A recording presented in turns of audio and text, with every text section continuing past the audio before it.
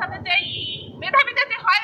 প্রাথমিক শিক্ষক নিয়োগ পরীক্ষায় জালিয়াতি ও প্রশ্ন ফাঁসের প্রতিবাদে চুয়াডাঙ্গায় মানববন্ধন কর্মসূচি পালন করেছেন চুয়াডাঙ্গা ডিবেট ক্লাব। 11 জানুয়ারি রোববার সকালে চুয়াডাঙ্গা প্রেস ক্লাবের সামনে এই কর্মসূচি পালন করা হয়। মানববন্ধনে বক্তারা অভিযোগ করেন নিয়োগ প্রক্রিয়ায় দুর্নীতি ও প্রশ্ন ফাঁস মেধাবীদের সঙ্গে চরম অবিচার এবং এটি দেশের শিক্ষা ব্যবস্থাকে ধ্বংসের দিকে ঠেলে দিচ্ছে।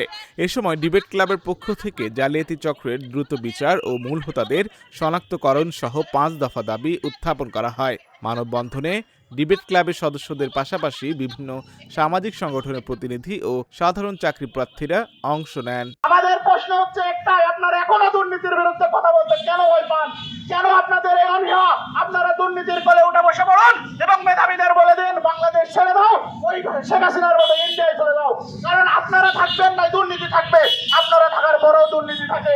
এই জন্য আমরা আসলেই লজ্জিত। আমরা আমাদের সেই প্রশাসনকে বিল্ড আপ করতে পারিনি, সেটা জুলাই পরবর্তীতে আমাদের আকাঙ্ক্ষা ছিল।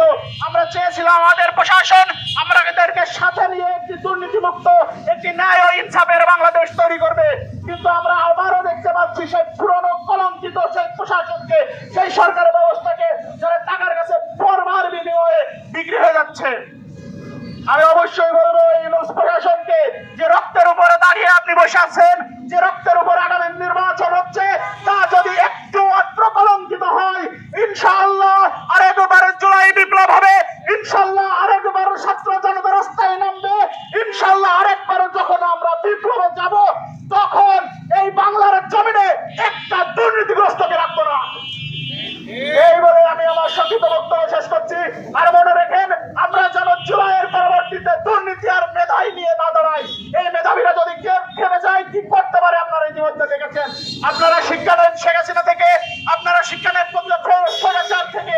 বারংবার আমরা আপনাদেরকে এই অনুরোধই করবো, আমরা প্রশাসনের সমালোচনা করি, আমরা প্রশাসনকে ভালোবাসি, তাই আমরা প্রশাসনের কাছে অনেক কিছু আশা করি, তাই প্রশাসনকে সমালোচনা করি। প্রশাসন নিঃসন্দেহে আমার আপনার সবার নিরাপত্তার জন্য এই প্রশাসনকে শক্ত হতে হবে। এই প্রশাসন হতে হবে জনবান্ধব, দুর্নীতিমুক্ত একটি প্রশাসন।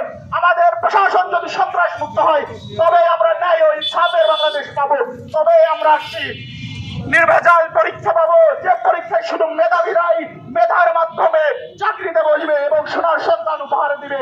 এই শিক্ষা ব্যবস্থায় পরিবর্তন আনতে হবে, মেধাবীদের হাত ধরে আনতে হবে, শুধু দুর্নীতি চাঁদাবাজ সন্ত্রাসের হাত ধরে আসবে না। এই বলে আমি আমার সংক্ষিপ্ত বক্তব্য শেষ করছি।